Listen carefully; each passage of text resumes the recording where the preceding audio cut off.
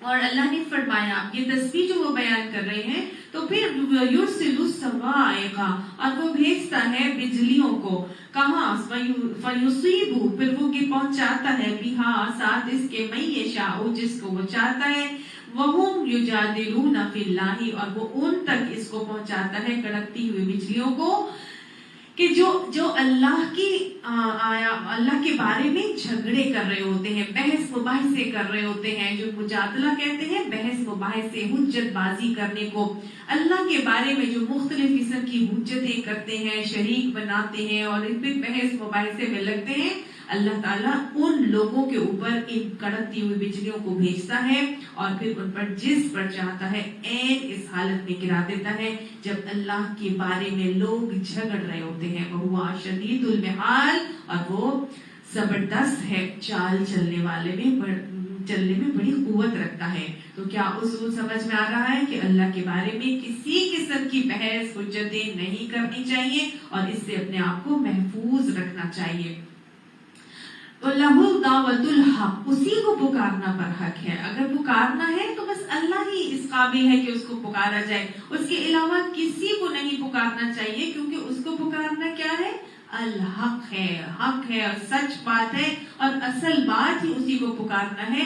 جو حق کے اپوزٹ ہوتا ہے وہ کیا ہوتا ہے باطل ہوتا ہے. تو اللہ کے علاوہ دوسرے کو پکارنا پھر کیا ہے باطل ہے.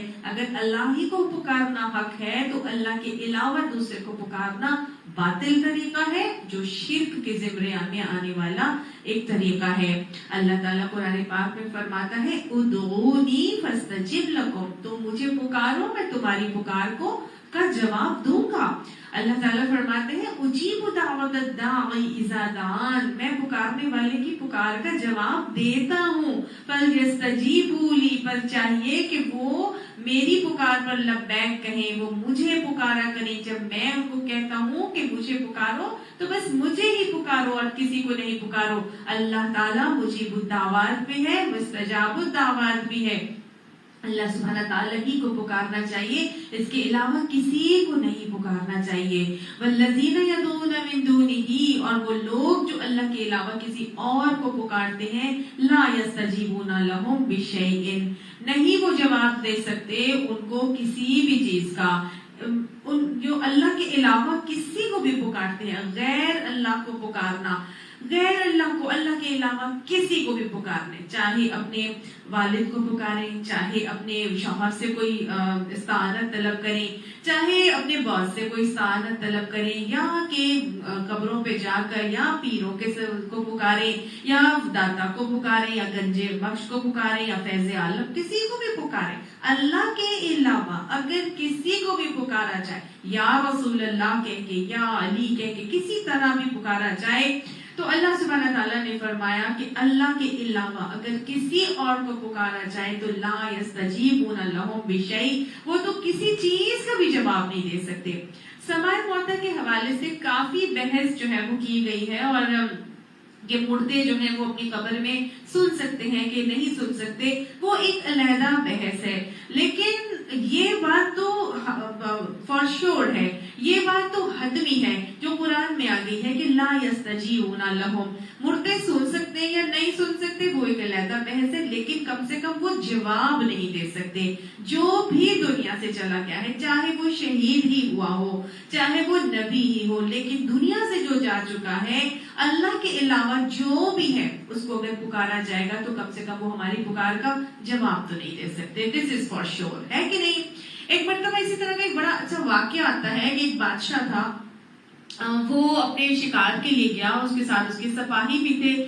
وہ شکار کرتا کرتا بڑا دور نکل گیا اور سپاہی اس کی نظروں سے اوجھل ہو گیا. بادشاہ کو لگی بھوک, تو اس کے پاس ذاتے راہ تو کھانا پینا تو تھا نہیں کیونکہ وہ تو سپاہیوں کے پاس تھا. اب یہ بادشاہ چلے جا رہا ہے تو اس کو ایک جھونپڑی نظر آئی, وہاں پر ایک چرواہا تھا, تو یہ چرواہے کے پاس جھونپڑی میں چلا گیا بادشاہ. چرواہے نے اپنی استطاعت کے مطابق بادشاہ کی مہمان نوازی کر لی, بادشاہ کا پیٹ شیٹ بھر گیا, بادشاہ خوش ہو گیا. اب بادشاہ نے خوش ہو کر اس شخص کو بتایا کہ میں تمہارے ملک کا بادشاہ ہوں اور میرا یہ نام ہے, تمہیں جب بھی کوئی ضرورت پڑے تو تم میرے پاس آ جانا اور میرے سے اپنی جو ہے وہ ضرورت پوری کروا لینا. یہ بات کہہ کے بادشاہ وہاں سے چلا گیا. اب کچھ دن گزرے اور بادشاہ نے جا کے وہاں اپنے درباریوں کو اس شخص کا حلیہ بتا دیا کہ فلاں نام کا فلاں شخص حلیے کا کوئی شخص آیا تو اس کو سیدھا میرے پاس لے آنا اور اس کو بالکل بھی ریفیوز نہیں کرنا۔ اب مشکلات، مسائب اور ضروریات تو انسان کے ساتھ ہی لگی ہوئی ہیں، تو اس شخص کو، چرواہے کو کسی چیز کی حاجت پیش آئی تو اس نے کہا کہ میں اپنی ضرورت کو پورا کرتا ہوں اور جاتا ہوں بادشاہ سے یہ اس چیز کا تقاضا کرتا ہوں۔ بادشاہ وقت کے پاس جب وہ پہنچا تو سیدھا اس کی خوابگاہ تک پہنچ گیا، کیونکہ بادشاہ اس وقت اپنی خوابگاہ میں مصروف عمل تھا اور نماز پڑھ رہا تھا، اور اس کا بچہ جو ہے وہ بہت سخت بیمار تھا جس کی صحت یابی کے لیے وہ اللہ تعالیٰ سے دعا گو تھا۔ تو تھوڑی دیر کو یہ چرواہا ٹھٹکا، رکا اور اس نے سوچا کہ یہ بادشاہ ہو کر اگر اللہ سے مانگ رہا ہے تو میں بھی کیوں نہ اسی ذات سے مانگ لوں جس سے یہ مانگ رہا ہے، تو اللہ نے جس نے اس کی ضرورت پوری کرنی ہے تو وہی میری بھی ضرورت پوری کرے گا، یہ سوچ کر وہ وہاں سے پلٹ آیا۔ بعد میں بادشاہ کو بتایا گیا کہ جس طرح چرواہا آیا تھا اور وہ تو بغیر کچھ کرے نکل گیا، تو بادشاہ نے پھر بلوایا چرواہے کو اور اس سے بات پوچھی اور اس سے کہا کہ بھائی تم آئے تھے اور تم کوئی بھی ضرورت مجھے بیان کیے بغیر ہی چلے گئے، تو ایسا کیوں کیا؟ تو پھر چرواہے نے بادشاہ کو کہا کہ جس سے آپ مانگ رہے تھے اسی سے میں نے سوچا میں بھی مانگ لوں، کیونکہ دینے والی ذات تو اللہ کی ہے، کیونکہ اور تو کوئی ضرورت پوری نہیں کر سکتا نا۔ تو اگر ہمیں بھی دنیا سے کوئی چیز مانگنی ہے تو پھر کس سے مانگنی ہے؟ اللہ سے مانگنی ہے۔ بے شک اللہ تعالیٰ نے وسیلے ہمارے لیے دنیا میں بنائے، ہمارے پیرنٹس کو بنایا، ہمارے شوہروں کو بنایا، بھائیوں کو بنایا، مختلف اللہ تعالیٰ نے وسائل اسباب دنیا میں بنائے ہیں، لیکن اصل مسبب الاسباب اللہ کی ذات ہے۔ مانگنا کس سے ہے؟ اللہ سے مانگنا ہے۔ اللہ ہی کے آگے حاجت روائی کرے کہ اللہ ان کے دماغ میں ڈال دے کہ ہمارا فلاں ضرورت جو ہے وہ پوری ہو جائے، کیونکہ اللہ کے تو دو انگلیوں کے درمیان مومن کا دل ہے۔ کسی خاتون کا دل چاہتا ہے میں حج کے لیے جاؤں، وہ کیا کرے؟ وہ اللہ سے مانگے، وہ اللہ سے کہے کہ اللہ تو میرے شوہر کے دماغ میں ڈال دے کہ وہ مجھے لے جائے۔ شوہر سے بار بار کہہ کے انسان اپنی قدر و قیمت بھی جو ہے وہ کم کر لیتا ہے، اور پھر آپ لینے والا ہاتھ بن جاتے ہیں۔ اللہ نے تو دینے والے ہاتھ کو پسند کیا، تو کیا ہے اللہ سے اگر مانگا جائے گا تو اللہ دوسرے کے دل میں خود ہی ڈال دے گا۔ جب اللہ سے 1 to 1 انسان ہو جائے، پھر کسی سبب کی بھی انسان کو ضرورت محسوس نہیں ہوتی۔ اللہ تعالیٰ ہمیں ایسا ایمان عطا فرما دے۔ اللہ نے کہا اللہ کے علاوہ جس کو بھی پکارا جاتا ہے وہ تو ان کی کسی پکار کا جواب بھی نہیں دے سکتے۔ ان کا معاملہ کیسا ہے؟ اللہ کا باسطی کفیہی، کہ جیسے وہ پھیلاتا ہے ہاتھ اس کا الالمائی طرف پانی کے، لیبلغ فاہ تاکہ وہ پہنچ جائے اس کے منہ میں، وما ہوا ببالغہ اور نہیں ہے وہ پہنچنے والا اس کو۔ یعنی کہ اس کا حال تو بالکل ایسا ہے جو اللہ کے علاوہ کسی دوسرے کو پکار رہا ہوتا ہے اور دوسرے سے مانگ رہا ہوتا ہے، اس کو حال بالکل ایسا ہوتا ہے کہ جیسے وہ پانی کی طرف ہاتھ پھیلا کر اس پانی کو کہے کہ تو میرے منہ تک پہنچ جا، حالانکہ پانی اس تک پہنچ نہیں سکتا۔ تو بس کافروں کا بالکل ایسا ہی حال ہے کہ وما دعاء الکافرین الا فی ضلال، اور نہیں ہے پکارنا کافروں کا مگر گمراہی، مگر صرف اور صرف تیر بے ہدف، یعنی کہ ان کو تیر تکے چلاتے ہیں گمراہی میں، انہیں کچھ پتہ نہیں ہوتا کہ یہ ہو رہا ہے یا نہیں ہو رہا۔ بالکل ایسا ہی ہے، اگر ہم کنویں کے پاس جا کے یا ہم جا کے پانی کی طرف ہاتھ پھیلا کر کہیں کہ تو میرے منہ میں آ جا، تو کبھی پانی ہمارے منہ میں آ سکتا ہے؟ نہیں آ سکتا نا۔ پانی کو خود ہمیں لینا ہوگا، خود ہی لے کر اس کو اپنے منہ میں ڈالنا ہوگا، پھر ہی وہ آئے گا۔ تو یہ بالکل ایسا ہی رویہ ہے کہ انسان خواہ مخواہ تیر تکے چلا کے گمراہی میں اس قسم کی باتیں کرتا ہے۔ اللہ ہی ہے مسبب الاسباب، اور تمام کے تمام اختیارات اللہ ہی کے پاس ہے، لہٰذا مانگنا کس سے چاہیے؟ صرف اور صرف اللہ سے مانگنا چاہیے، کیونکہ اسی کو پکارنا برحق ہے۔ اللہ ہمیں اپنی پہچان عطا فرما کے صرف اپنے آگے جھکنے والا خوش نصیب بنائے۔ وَلِلَّهِ يَسْجُدُ مَن فِي السَّمَاوَاتِ وَالْأَرْضِ، اور واسطے اللہ ہی کے لیے سجدے کر رہی ہے ہر وہ چیز جو آسمان میں ہے اور زمین میں ہے۔ جب ہر چیز اللہ ہی کے آگے سجدہ ریز ہے، جو آسمانوں میں ہے، جو زمین میں ہے، طوعاً وکرہاً،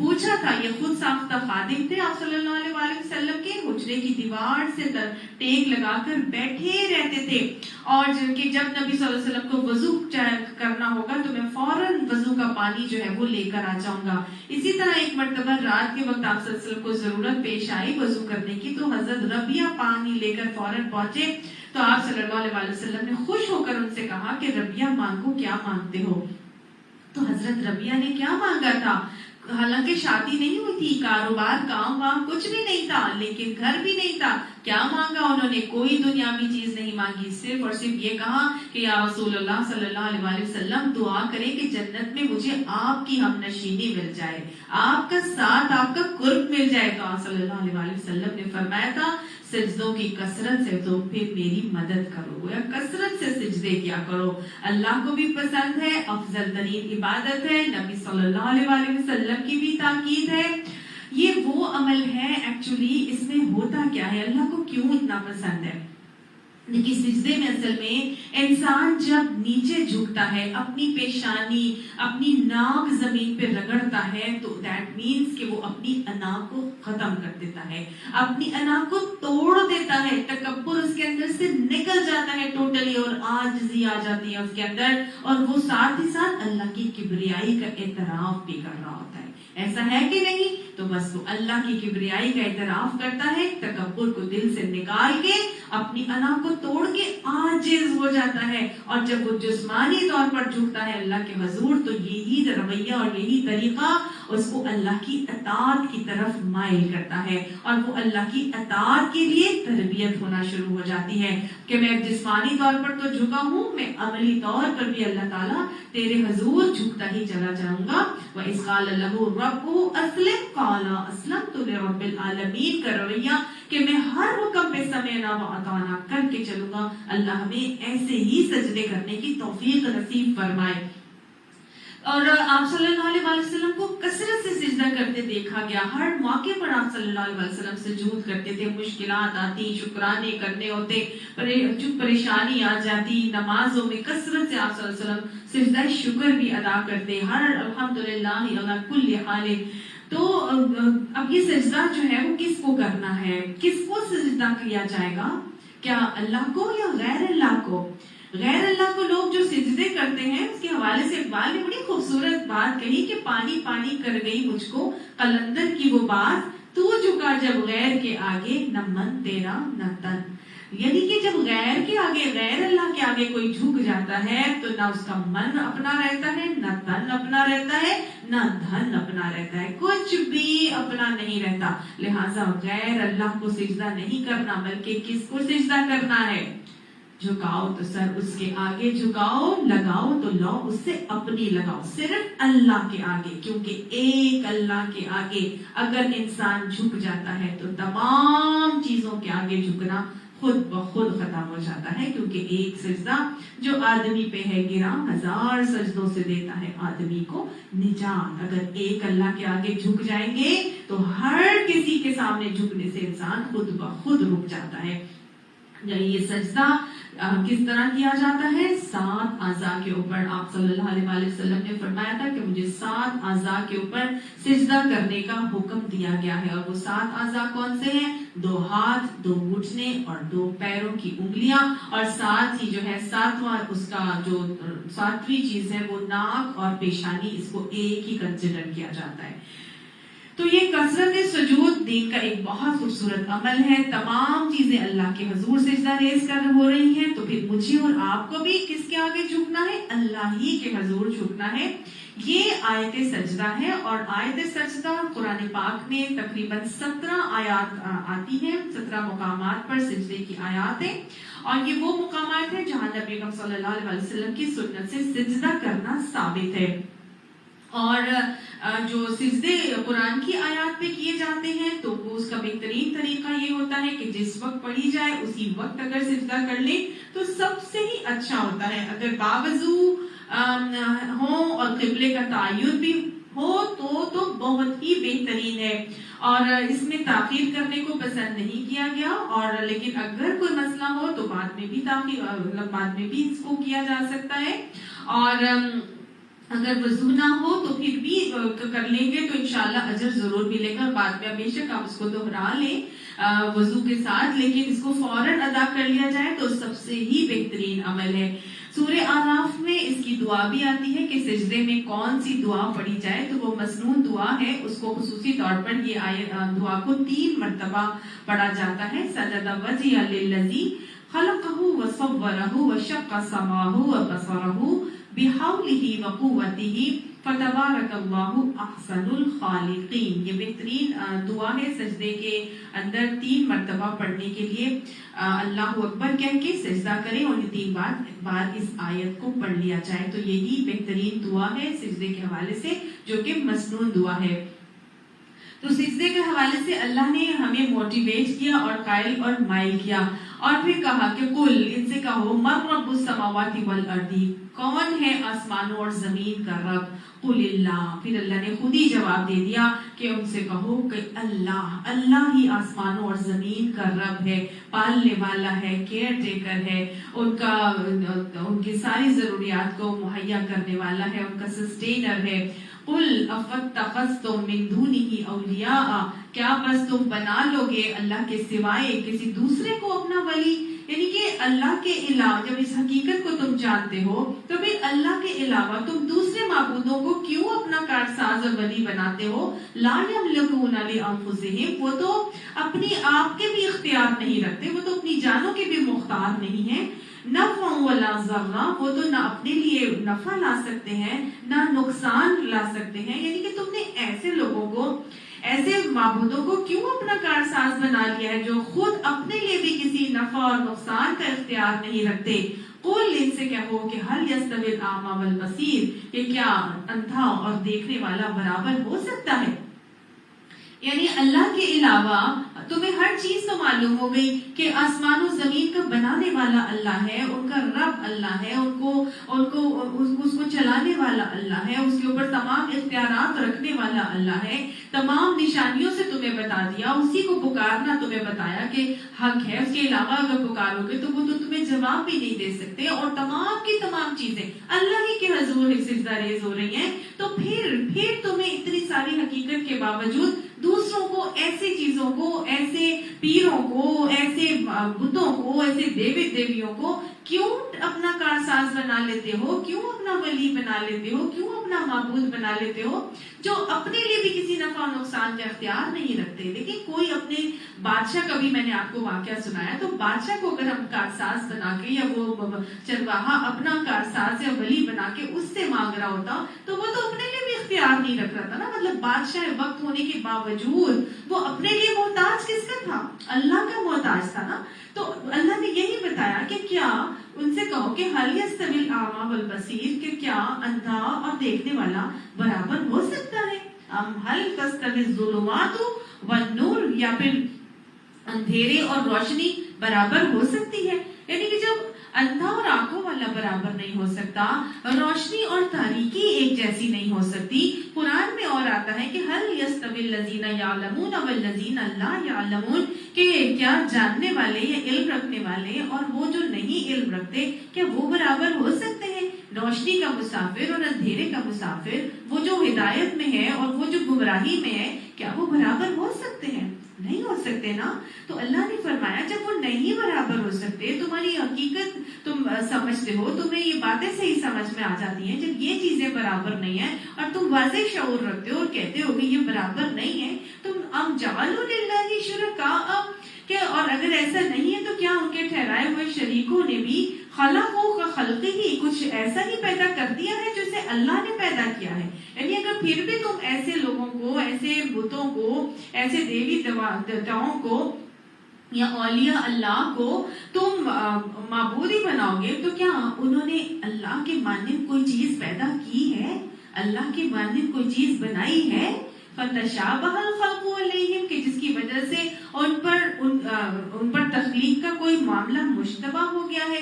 یعنی کیا ان کو دیکھنے میں یا ان کی تمہاری نالج میں ان چیزوں نے بھی کوئی ایسی چیز بنائی ہے جیسی اللہ نے بنائی ہے، جس کی وجہ سے تم تھوڑے کنفیوز ہو گئے ہو اور تم اللہ سے ہٹ کر ان کی طرف آ گئے ہو؟ قل اللہ خالق کل شیء، کہو اللہ ہی ہے جس نے ہر چیز کو بنایا ہے، وہو الواحد القہار، اور وہ اکیلا ہے اور سب پر غالب ہے۔ یہ تمام چیزیں جو دنیا کی، کائنات کی، آسمانوں میں ہیں، زمین میں ہیں، جتنی بھی ہیں، تمام کی تمام چیزوں کا خالق کون ہے؟ صرف اللہ ہے جو ایک ہی ہے۔ اگر اللہ کے علاوہ اور بہت سارے معبود ہوتے، ایک سورج دیوتا ہوتا، ایک چاند دیوتا ہوتا، ایک جو ہے وہ جو کوئی ہنومان دیوتا ہوتا، ایک اور کوئی دیوتا ہوتا، مختلف قسم کے اگر الہ ہوتے، یا جنہوں نے بنا لی بہت ساری چیزیں، ایک بارش کا دیوتا، ایک رزق کا دیوتا، ایک اولاد کا دیوتا، یہ سب چیزیں ہوتی، تو ہر دنیا میں تو ہر وقت لڑائی جھگڑا اور فساد ہی رہتا۔ کوئی کہتا میں نے نہیں کرنا، کوئی کہتا میں نے کرنا، اور یہ جو تمام کی تمام چیزوں کے حوالے سے جو اللہ نے نشانیاں بتائی، وہ کتنے نظم و ضبط سے، کتنے ڈسپلن اور کتنے ہارمونی سے قائم ہے۔ ہر چیز اپنے اپنے طریقے سے چل بھی رہی ہے، اپنا کام انجام بھی دے رہی ہے۔ اگر اور خدا ہوتے، یا اور چیزوں کی تخلیق اور لوگوں نے، یا مختلف چیزوں نے، یا مختلف خداؤں نے، یا معبودوں نے مختلف چیزیں بنائی ہوتی، تو زمین میں اتنی پیس اور ہارمونی سے یہ سارا کا سارا نظام نہیں چل رہا ہوتا۔ کسی ایک کچن میں دو کوک آ جائیں تو لڑائی ہونا شروع ہو جاتی ہے۔ ساس اور بہو بھی اگر دو لوگ ایک کچن میں ایک وقت میں کام کریں تو لڑائی ہونا شروع ہو جاتی ہے۔ ایک کہتی ہے میں جس وقت کچن میں آؤں آپ نے نہیں ہونا، دوسری کہتی ہے ٹھیک ہے جب میں کچن میں آؤں گی تو تم نے نہیں ہونا۔ تو کیا ہوتا ہے، جب دو بہویں کچن میں ایک وقت میں جاتی ہیں پھر کٹک پٹک ہونا شروع ہو جاتی ہے۔ تو ایک اتنی بڑی کمپلیکس کائنات کو کیسے ہو سکتا تھا کہ مختلف خدا یا معبود چلا رہے ہوتے؟ یہ ایک ہی ہے، اللہ واحد القہار ہے جو یہ سب کچھ بنا بھی رہا ہے اور چلا بھی رہا ہے۔ اللہ نے کہا صرف اللہ ہی کو مان لو اور ایک کے اوپر آ جاؤ، ہر قسم کی شرک کی نفی کر کے، اور توحید کے اوپر اپنے عقیدے کو راسخ کر لو۔ اور جب تمہارا یہ عقیدہ راسخ ہو جائے تو پھر ثابت قدمی سے جم جانا، ڈٹ جانا۔ اسی ثابت قدمی کے اوپر، ثابت قدمی کو اختیار کرنے کے لیے اللہ تعالیٰ آگے ایک مثال دیں گے۔ انزل من السماء ماء، اللہ سبحانہ تعالیٰ نے کیا کیا؟ نازل کیا آسمان سے پانی۔ فسالت اودیۃ، پس بہ نکلی وادیوں میں نالے اور ندیاں، بقدرہا، اپنی مقترت کے مطابق، اپنی استطاعت کے مطابق۔ یعنی کہ اللہ تعالیٰ نے آسمان سے پانی جب نازل کیا تو وادیوں میں ندی نالے اپنی اپنی استطاعت کے مطابق اس کو لے کر بہ نکلے۔ فاحتمل السیل، پھر اس کو اٹھا لایا سیلاب والا پانی، یعنی سیلاب والا پانی جو ہے، رواں پانی، اس کو اٹھا لایا۔ کس چیز کو اٹھا لایا؟ بہنے والا پانی۔ کیا چیز اٹھا لایا؟ زبدن رابین، جھاگ پالنے والا، یعنی بہت زیادہ جھاگ اس کے اوپر بن گئی۔ کیا سمجھایا جا رہا ہے کہ اللہ تعالیٰ نے آسمان سے جب پانی اتارا تو اس پانی کو لے کر ندی نالے بہ نکلے مختلف وادیوں کے اندر، اپنی اپنی استطاعت اور ظرف کے مطابق پانی بہ نکلتا ہے۔ جب بھی اللہ تعالیٰ آسمان سے موسلادھار بارش برساتا ہے تو ایسا ہی ہوتا ہے کہ نہیں ایسا ہوتا؟ اللہ سبحانہ تعالیٰ نے قرآن پاک میں یہ بھی یاد رکھیے گا، جہاں بھی آسمان سے برسنے والے پانی یعنی بارش کی مثال دی ہے تو ایک طرف تو اللہ سبحانہ تعالیٰ ہمیں دنیا کی اس مثال کو دکھا کر زندگی بعد موت کا عقیدہ بھی راسخ کرتے ہیں، اور ساتھ ساتھ ہمیں اللہ سبحانہ تعالیٰ ہمیشہ بارش کی مثال سے، بارش کو تشبیہ دی جاتی ہے قرآن کی آیات کی بارش سے، رحمت الہی کے نزول سے۔ گویا بارش بھی اللہ کی رحمت ہوتی ہے، اور جب اللہ کی قرآن کی آیات کی بارش نازل ہوتی ہے، وحی الہی کا نزول ہوتا ہے، وہ بھی اللہ کی رحمت ہی ہے۔ تو اللہ سبحانہ تعالیٰ اب یہاں پہ ہمیں یہ بتانا اور سمجھانا چاہ رہے ہیں کہ جب اللہ کی رحمت بارش کا نزول ہوتا ہے دنیا میں تو کیا ہوتا ہے، اس پانی کو، بہت سارا پانی اسی مٹی میں جذب ہو جاتا ہے، اور اگر مٹی سخت ہوتی ہے، چٹیل ہوتی ہے یا پتھریلی ہوتی ہے، جیسی جیسی مٹی کی خاصیت ہوتی ہے اس کے ساتھ ویسا ہی معاملہ ہوتا ہے پانی کے ساتھ۔ کچھ اتنی ایبزارب کر لیتی ہے کہ وہ نیچے تک پوری کی پوری ایبزارب کرتی ہے، لیکن اگر اتنی زیادہ بارش برس جائے کہ پھر وہ ایبزارب شدہ پانی کے بجائے اس پانی کو لے کر جتنی کیپیسٹی جس کی ہوتی ہے وہ اس پانی کو لے کر بہہ نکلتی ہے، چل پڑتی ہے. کوئی تھوڑا پانی لیتا ہے، کوئی زیادہ پانی لیتا ہے، کوئی بالکل نالے بن جاتے ہیں، کوئی دریا کی صورت میں بہہ نکلتا ہے، ہر کوئی اپنے اپنے ظرف کے مطابق وہاں سے پانی لے کر نکل پڑتا ہے.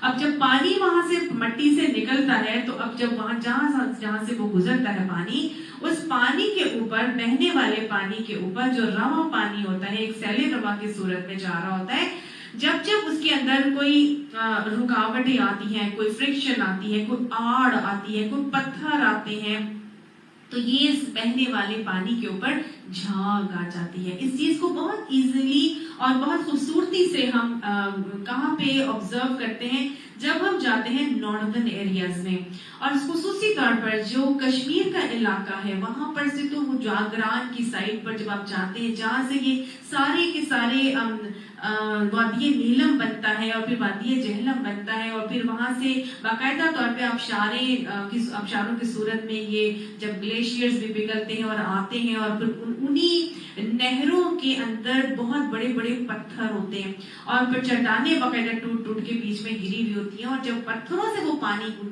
گزرتا ہے تو آپ کو اتنا زیادہ وائٹ نظر آتا ہے کہ وہ اتنی جھاگ بنی ہوتی ہے کہ پوری کی پوری جو پانی بہ رہا ہوتا ہے دریا کے دریا وہ وائٹ نظر آتے ہیں، لگتا ہے دودھ کی نہریں بہ رہی ہوں. اتنے پتھر کہ وہ بالکل وائٹ دریا جھاگ سے ہوا ہوتا ہے، تو ایسا بالکل ایسے ہی محسوس ہوتا ہے جیسے دودھ کی نہریں بہ رہی ہوں. تو یعنی کہ وہاں سے پانی شروع ہوتا ہے اور جب آ رہا ہے تو 7 پتھر آتے ہیں فرکشن کے طور پر، رکاوٹ کے طور پر، اس پانی کو روکنے کی کوشش کرتے ہیں، لیکن وہ سیلے رواں رکتا نہیں ہے، وہ کیا کرتا ہے، بہتا ہی چلا جاتا ہے. اور جب وہ بہتا جاتا ہے تو اس آڑ، اس رکاوٹ کو مزید توڑتا ہے، کاٹتا ہے. وہ بڑے بڑے پتھر چھوٹوں میں کنورٹ ہوتے، وہ مزید چھوٹے ہوتے، وہ آہستہ وہ جب آگے کی طرف پہنچتا ہے تو وادی نیلم جب مظفر آباد تک آتا ہے تو اس کے اندر بہت کم رکاوٹیں ہوتی ہیں، بہت سموتھ پانی نظر آنے لگتا ہے آپ کو. جو بڑے بڑے پتھر ہیں وہ اب ٹوٹ کے بہت چھوٹے ہو گئے اور آہستہ گریجولی وہ پیبلز کی شکل میں بن جاتے ہیں، اور پھر وہ پیبلز لے کے ہم اپنے گھروں میں لانس وغیرہ میں جو ہے وہ اس کو ڈیکوریٹ کرتے ہیں، ایسا کرتے ہیں نا. تو وہ آہستہ کیا ہوتا ہے، وہ جو رکاوٹوں والے پتھر ہوتے ہیں وہ بھی کناروں سے اتنے سموتھ اور اتنے گول ہو جاتے ہیں کہ اس کے اوپر سے جب پانی گزرتا ہے تو وہ بالکل سموتھ ہو جاتا ہے. ہر قسم کی رکاوٹ، فرکشن، وہ جو اس کو روکنے کے لیے آئی تھی وہ سب کی سب ختم ہو جاتی ہے. جھاگ تو بنتی ہے لیکن وہ جھاگ کیا ہوتی ہے، وہ ٹیمپرری ہوتی ہے، وہ عارضی ہوتی ہے، وہ سب ختم ہو جاتی ہے اور پھر پانی بہنے والا سموتھ ہو جاتا ہے. ایسے ہی ہوتا ہے نا. تو گویا اللہ سبحانہ تعالیٰ مجھے اور آپ کو اس سے کچھ بات سمجھانا چاہ رہے، کچھ سکھانا چاہ رہے. ہوتا یہ ہے کہ جب بھی قرآن کی آیات کی بارش برسائی جاتی ہے، کوئی الہی کا نزول ہوتا ہے، قرآن کی کوئی کلاس ہوتی ہے، قرآن کا کوئی لیکچر دیا جاتا ہے، تو اس میں جو حاضرین محفل ہوتے ہیں، جو سامعین ہوتے ہیں، جو سننے والے ہوتے ہیں، ہر کوئی اپنے اپنے ظرف کے مطابق، اپنی کیپیسٹی کے مطابق، اپنے ایمان کے مطابق، اپنے اخلاص کے مطابق، اپنی تڑپ کے مطابق، اپنے جو جس کا ایک رویہ ہوتا ہے اسی مطابق وہ اپنے دل کی زمین کو زرخیز کرتا ہے اور نرم کرتا ہے، اور اسی حساب سے جتنی پیاس اس کے اندر ہوتی ہے وہ اتنی ہی آیات کی بارش کو اپنے اندر ابزارب کر لیتا ہے، جذب کر لیتا ہے، اور پھر وہ لیتا ہے اور انہی آیات کو لے کر نکلتا ہے اور اپنے اوپر بھی امپلیمنٹ کرتا ہے اور اپنے معاشرے کے اندر، اپنے گھرانے کے اندر بھی امپلیمنٹ کرانے کی کوشش کرتا ہے.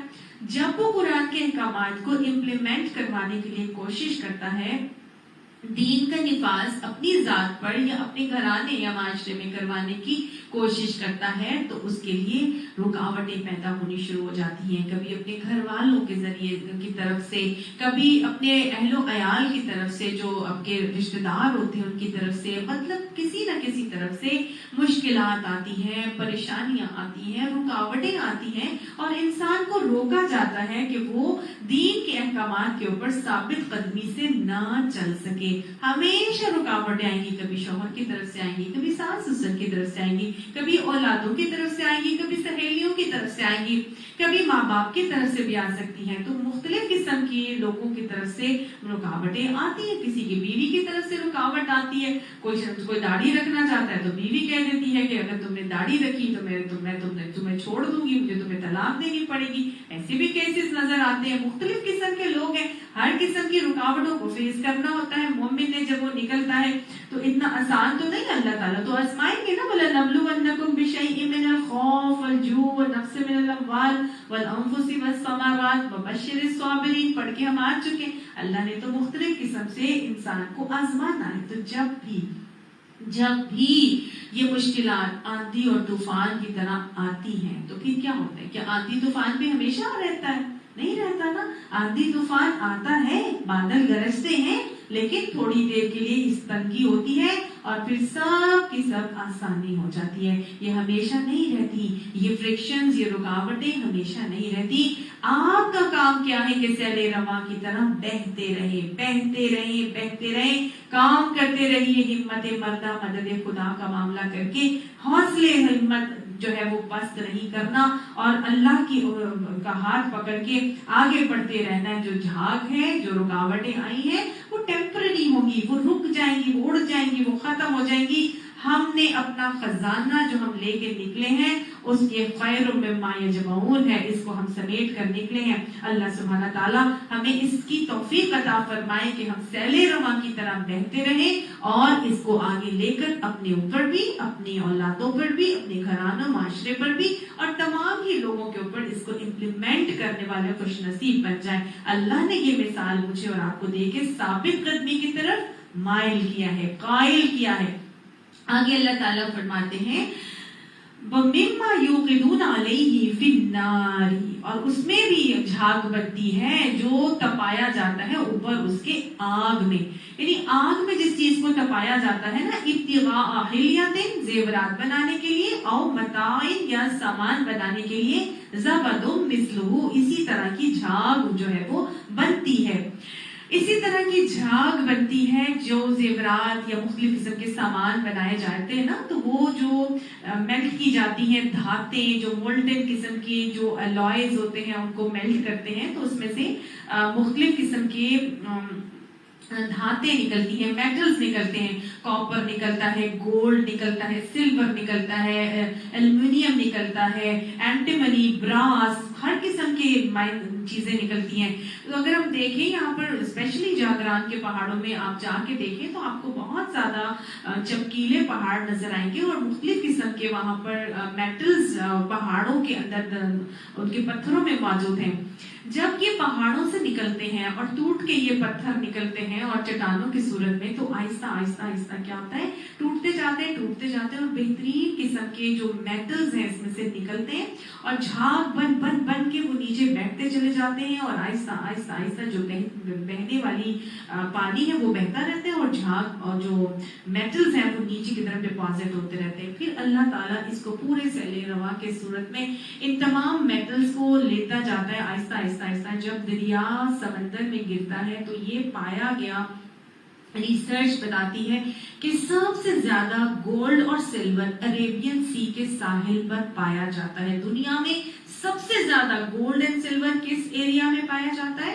عربین سی کے ساحلوں پہ پایا جاتا ہے. تو یہ آتا کہاں سے ہے؟ یہ وہی ناردرن ایریاز کی ہمالائن ہندو کش رینجز سے یہ آتا ہے، اور کراکورم رینجز سے آتا ہے، یہی گولڈ اینڈ سلور، اور آ کے وہاں پر موجود ہوتا ہے۔ اللہ کی قدرت ہے، اللہ کی شان ہے، اور پھر اس کو لے کے کلیکٹ کیا جاتا ہے باقاعدہ طور پر، اس کو فلٹر کیا جاتا ہے، فلٹر کر کے جب یہ کلیکٹ ہوتا ہے تو مختلف قسم سے اس کو پگھلا کے اس کو سونا بنایا جاتا ہے۔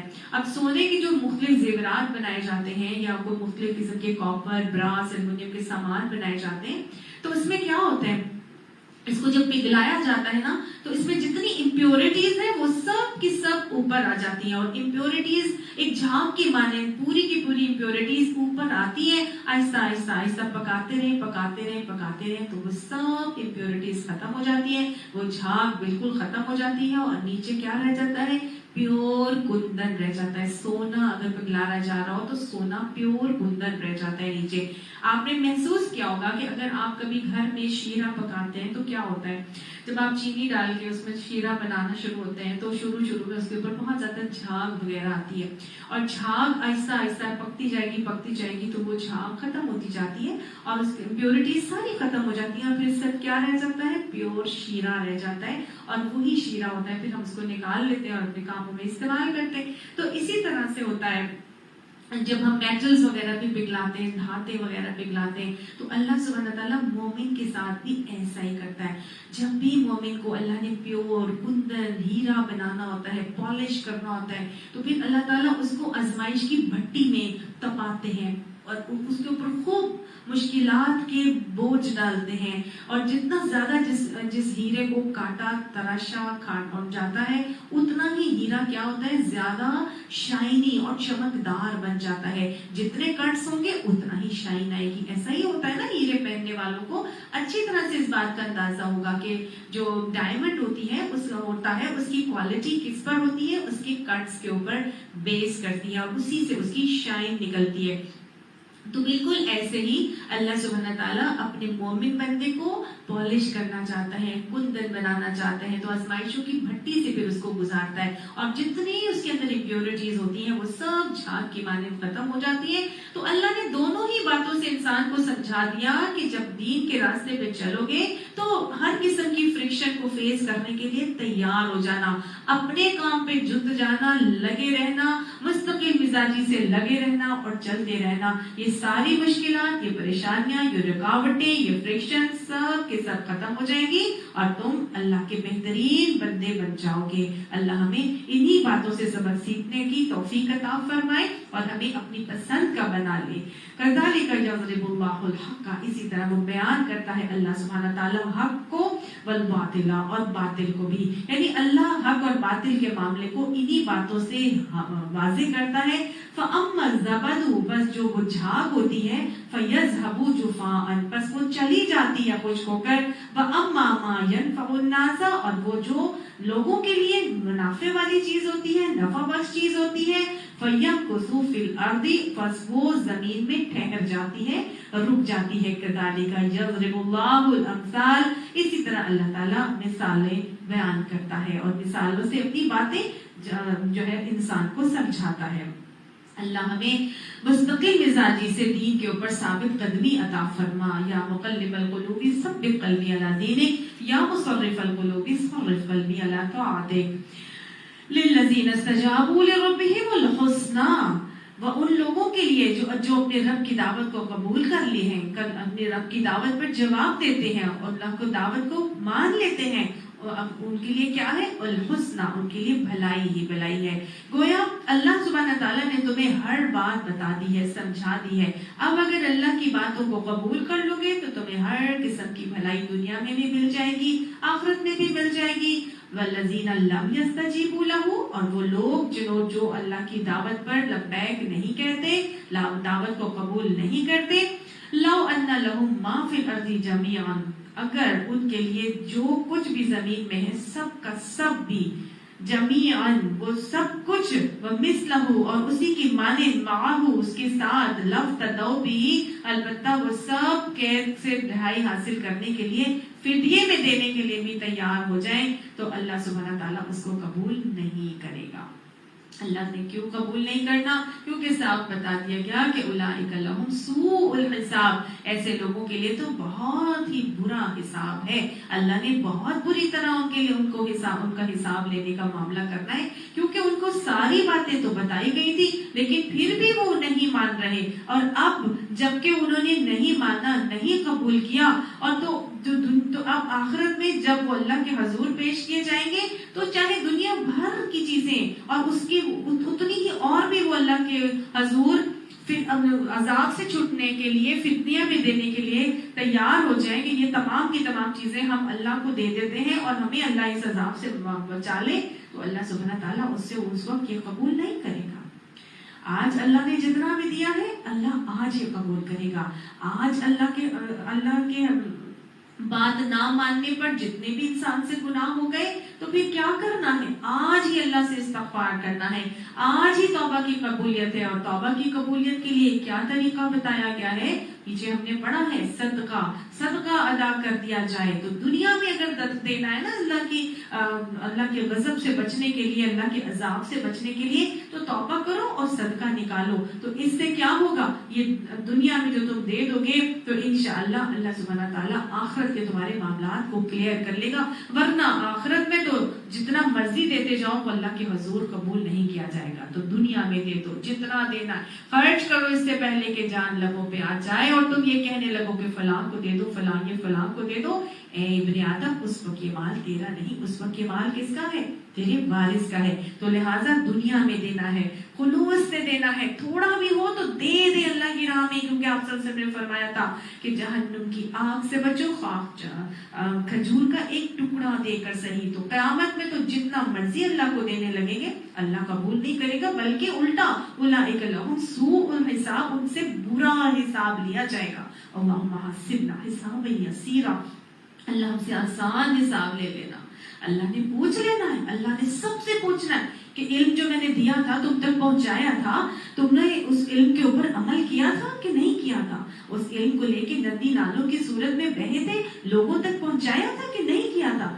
رکاوٹوں سے ڈر تو نہیں گئے تھے، اس کو چھپا تو نہیں گئے تھے، اور لوگوں کی باتوں سے تم چھپ کر بیٹھ تو نہیں گئے تھے؟ کیا ہے تمہارا، کیا عمل تھا تمہارا؟ اس وقت ہم کیا اللہ تعالیٰ کو جواب دیں گے؟ اللہ تعالیٰ فرماتا ہے وَمَأْوَاهُمْ جَهَنَّمُ، ان کا ٹھکانہ جہنم ہوگا. اللہم اجرنا من النار ربنا اصرف عنا عذاب جہنم ان عذابها کان غراما انها ساءت مستقرا ومقاما. اللہم اجرنا من النار وبئس المہاد، اور وہ بہت ہی برا ٹھکانہ ہے. اللہ ہمیں اس برے ٹھکانے سے محفوظ فرما لے. اللہ ہمیں جنت کے بہترین ٹھکانے عطا فرما دے. اللہ سبحانہ تعالیٰ ہمیں شرک سے بچا لے، اور اللہ توحید پر راسخ کر کے اللہ تمام باتیں اپنی پہچان کے ساتھ عطا فرما کے ہمیں بہترین طریقے پر عمل کرنے کی توفیق عطا فرما. اور جب ہم تیرے پاس پہنچے تو اللہ تو ہمارا آسان حساب لے لینا. حضور صلی اللہ علیہ وآلہ وسلم نے سے حضرت عائشہ نے فرمایا کہ یا رسول اللہ، میرے نزدیک کتاب اللہ کی سب سے زیادہ خوفناک آیت وہ ہے جس میں ارشاد ہوا ہے کہ من یعمل سوءا یجزا بہ، کہ جو برا عمل لے کر آئے گا یا کر کے آئے گا، یا جس نے برے عمل کیے اس سے اس کا بدلہ دیا جائے گا، یعنی اس کو اس کی سزا ملے گی. اس پر حضور صلی اللہ علیہ وآلہ وسلم نے فرمایا کہ عائشہ، کیا تمہیں معلوم نہیں ہے کہ اللہ کے متی فرما بندے کو دنیا میں جو تکلیف بھی پہنچتی ہے، حتیٰ کہ اگر کوئی کانٹا بھی اس کو چبھتا ہے تو اللہ اسے اس کے کسی نہ کسی قصور کی سزا قرار دے کر دنیا میں ہی اس کا حساب صاف کر دیتا ہے. آخرت میں تو جس سے بھی محاسبہ ہوگا وہ تو سزا پا کر رہے گا. حضرت عائشہ نے عرض کیا تو پھر اللہ سبحانہ تعالیٰ کے اس ارشاد کا کیا مطلب ہے کہ فَأَمَّا مَنْ أُوتِيَ كِتَابَهُ بِيَمِينِهِ فَسَوْفَ يُحَاسَبُ حِسَابًا يَسِيرًا، کہ جس کے نامہ اعمال اس کے دائیں ہاتھ میں دیا جائے گا، اس سے ہلکا حساب لیا جائے گا. تو حضور صلی اللہ علیہ وسلم نے جواب دیا کہ اس سے مراد یہ ہے کہ اللہ کے سامنے اس کی تمام پیشی ہوگی، یعنی اس کی بھلائیوں کے ساتھ اس کی برائیاں بھی پیش ہوں گی، مگر جس سے باز پرس ہو گئی تو وہ تو سمجھو کہ مارا گیا. اللہ ہمارا آسان حساب لے لینا، اللہ بلکہ بلا حساب ہی ہمیں جنت میں داخل فرما دینا.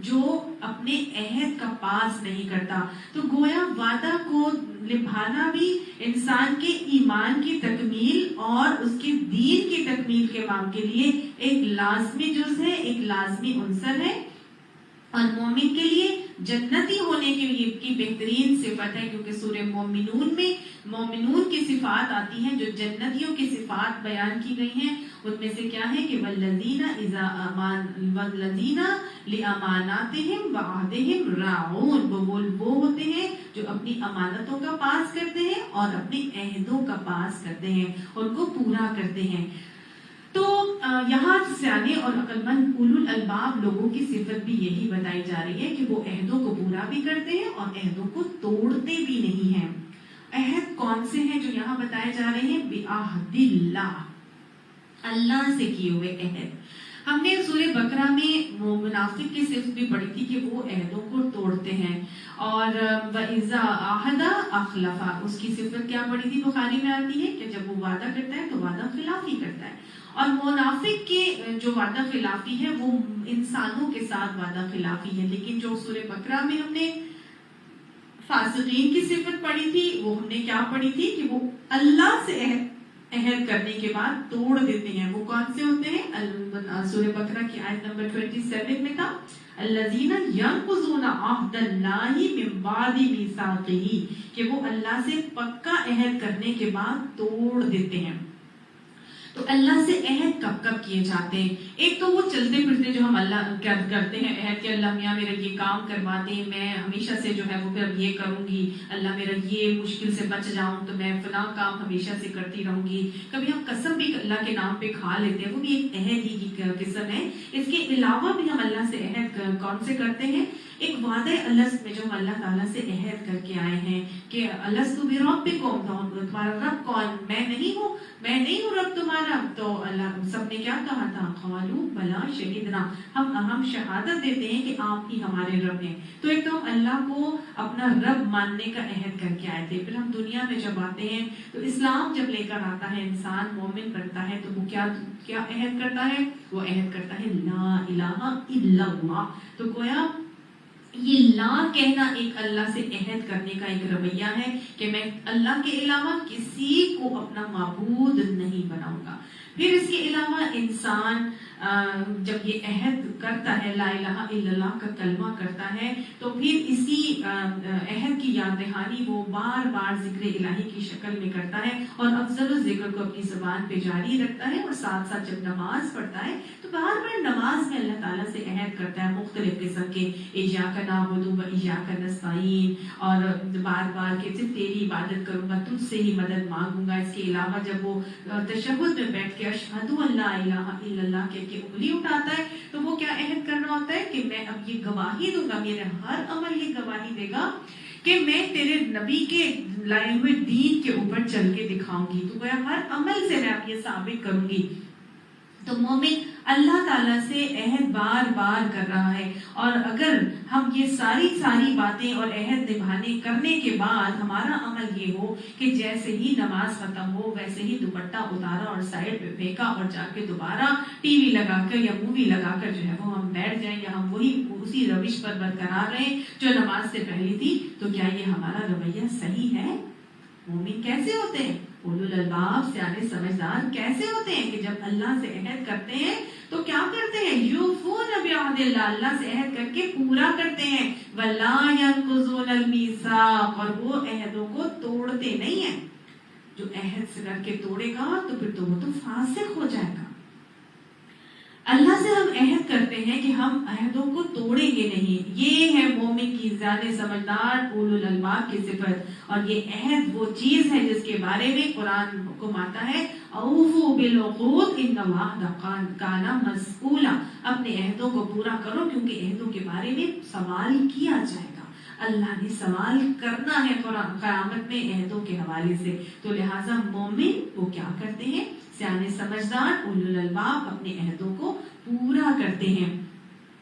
تو اب انفرادی طور پر بھی عہدوں کو پورا کرنا ہے اور اجتماعی طور پر بھی جب بحیثیت قوم بھی اللہ سے عہد کرے جائیں گے تو ان کو بھی پورا کرنا لازم ہے. آج ہماری قوم کے جو اسلاف تھے انہوں نے کیا کیا تھا؟ ایک وعدہ اللہ تعالیٰ سے کر کے اس ملک کو حاصل کیا تھا کہ پاکستان کا مطلب کیا؟ لا الہ الا اللہ۔ اور آج اگر ہم بحیثیت قوم اس عہد کو پورا نہیں کریں گے تو ہم بھی توڑنے والے بن جائیں گے۔ اللہ ہمیں بحیثیت قوم اولو الالباب کی صف میں شامل کر کے اللہ اپنے اس عہد کو پورا کرنے کی توفیق عطا فرما۔ اللہ ہماری اور ہمیں اور ہماری نسلوں کو توفیق عطا فرما کہ ہم اس عہد کو پورا کرنے والے بن جائیں اور ہماری مملکت میں اسلامی نفاذ کا قیام ہو جائے۔ اور دوسری صفت کیا بتائی جا رہی ہے اولو الالباب کی؟ کہ والذین یصلون ما امر اللہ بہ ان یوصل، اور سیادے اولو الالباب وہ ہوتے ہیں جو ملا کر رکھتے ہیں جس کو ملا کر رکھنے کا اللہ نے حکم دیا ہے۔ اللہ کے نے جس چیز کو ملا کر رکھنے کا حکم دیا اس کو ملا کر رکھتے ہیں۔ سورہ بقرہ میں بھی ہم نے یہی پڑھا تھا کہ وہ کیا کر رہے ہوتے ہیں کہ جو فاسق کی صفت پڑی تھی کہ وہ ایک تو اللہ سے پکا عہد کرنے کے بعد توڑتے ہیں، وَيَقْطَعُونَ مَا أَمَرَ اللَّهُ بِهِ أَن يُوصَلَ، اور وہ اللہ نے جس چیز کو جوڑنے کا حکم دیا ہے اس کو کاٹتے ہیں، اور ایسا کر کے وَيُفْسِدُونَ فِي الْأَرْضِ أُولَٰئِكَ هُمُ الْخَاسِرُونَ، وہ زمین میں فساد کرتے یہی لوگ خسارہ پانے والے ہیں۔ تو گویا یہاں اس کا بالکل اپوزٹ رویہ بتایا ہے، کیونکہ یہ فاسق نہیں ہے، یہ تو اولو الالباب ہے، یہ تو عقل مند سیانے سمجھدار ہیں۔ ان کی کیا صفت ہے کہ یہ یصلون والذین یصلون ما امر اللہ بہ ان یوصل، وہ جوڑتے ہیں جس کو جوڑنے کا اللہ نے حکم دیا ہے۔ اللہ نے کس کو جوڑنے کا حکم دیا ہے؟ اللہ سبحانہ تعالیٰ نے حکم دیا تھا رحم کو جوڑنے کا۔ اللہ نے فرمایا تھا رحم رحمان سے مشتق ہے، جو تجھے جوڑے گا میں اسے جوڑوں گا، جو تجھے کاٹے گا میں اسے کاٹوں گا۔ اللہ نے جب رحم مادر کو تخلیق کیا تھا تب اللہ نے اس کو اپنے ہاتھ میں لے کے یہ فرمایا تھا۔ رحم کیا چیز ہوتی ہے؟ جس کو جوڑنے کا حکم دیا تھا اللہ تعالیٰ نے۔ اصل میں رحم کہتے ہیں رحم مادر کو، ووم کو، یوٹرس جہاں بچہ جو ہے وہ گرو کرتا ہے، تو یہ وہ رحم ہے جس کو اللہ نے رحمان سے مشتق کیا، رحمان سے ملا دیا، رحمان سے نکلا ہے رحم۔ اللہ نے اسی لیے اس کی اتنی زیادہ اہمیت دی ہے، کیونکہ یہ رحم سے جو رشتے بنتے ہیں وہ رشتے بہترین رشتے ہوتے ہیں اور ان کی بہت زیادہ اہمیت ہے ہماری زندگی میں۔ یہ اللہ کی طرف سے قائم ہوتے ہیں۔ ابھی ہم نے پڑھا تھا پچھلے لیکچر میں کہ اللہ نے ہر چیز کا جوڑا بنایا، تو اللہ نے جب ہر چیز کا جوڑا بنایا تو وہ جو ماں اور باپ جب ملتے ہیں تو اولاد آتی ہے، نسل آتی ہے، اور ان کے ذریعے سے جتنے بھی رشتے قائم ہوتے ہیں وہ بھی کیا بن جاتے ہیں؟ جو ماں کی طرف سے بنتے ہیں یا جو ماں کے رحم کی طرف سے، ماں باپ کی طرف سے بنتے ہیں، وہ سب کیا بن جاتے ہیں؟ وہ رحم کے رشتے بن جاتے ہیں۔ تو رحم کے رشتوں کو جوڑنا صلہ رحمی کہلاتا ہے، اور اللہ سبحانہ تعالیٰ کو یہ عمل بہت زیادہ محبوب ہے اور اس کی باقاعدہ پوری تاکید کی گئی ہے، اور اللہ سبحانہ تعالیٰ نے خصوصی طور پر فرما دیا تھا کہ جو تجھے جوڑے گا میں اسے جوڑوں گا، تجھے کاٹے گا میں اس کو کاٹ دوں گا۔ رحم کے رشتوں کو کاٹنے والے کو اللہ کاٹ دے گا۔ اللہ نے فرمایا، حدیث میں آتا ہے من لا یرحم لا یرحم، جو رحم نہیں کرتا اس پر رحم نہیں کیا جائے گا۔ اللہ حدیث میں آتا ہے تم زمین والوں پر رحم کرو، آسمان والا تم پر رحم کرے گا۔ جب انسان زمین والوں پر رحم کرے گا، اپنے پیاروں کو جوڑ کر رکھے گا، تو اللہ کی رحمت کا خود بخود حقدار ہو جائے گا۔ کرو مہربانی تم اہل زمین پر، خدا مہربان ہوگا عرش بری پر، ہے کہ نہیں؟ اللہ سبحانہ تعالیٰ نے رحم کے رشتوں کو جوڑنے کے حکم دیا۔ ہمارا دین محبتوں کو پھیلانے کا دین ہے، توڑنے کاٹنے کا دین نہیں ہے۔ نہیں تو اس کی وجہ سے کیا ہوتا ہے؟ رحم کے رشتوں کو کاٹنے سے فتنہ، فساد، وَيُفْسِدُونَ فِي الْأَرْضِ، اور زمین میں فساد پیدا ہو جاتا ہے۔ کون سے ہوتے ہیں رحم کے رشتے جناب؟ کون سے ہوتے ہیں رحم کے رشتے؟ دیکھیں، ایک تو ہوتا ہے ماں باپ، پھر اس کے بعد ماں باپ کی طرف سے جو بننے والا ہوتا ہے ننیال اور ددیال کے رشتے۔ ننیال ددیال میں آپ دیکھ لیجئے، ننیال میں اگر دیکھیں تو نانا نانی، پرنانا پرنانی، پھر اس کے علاوہ خالہ اور ماموں، یہ سب کیا ہیں؟ یہ رحم کے رشتے ہیں۔ پھر اس کے علاوہ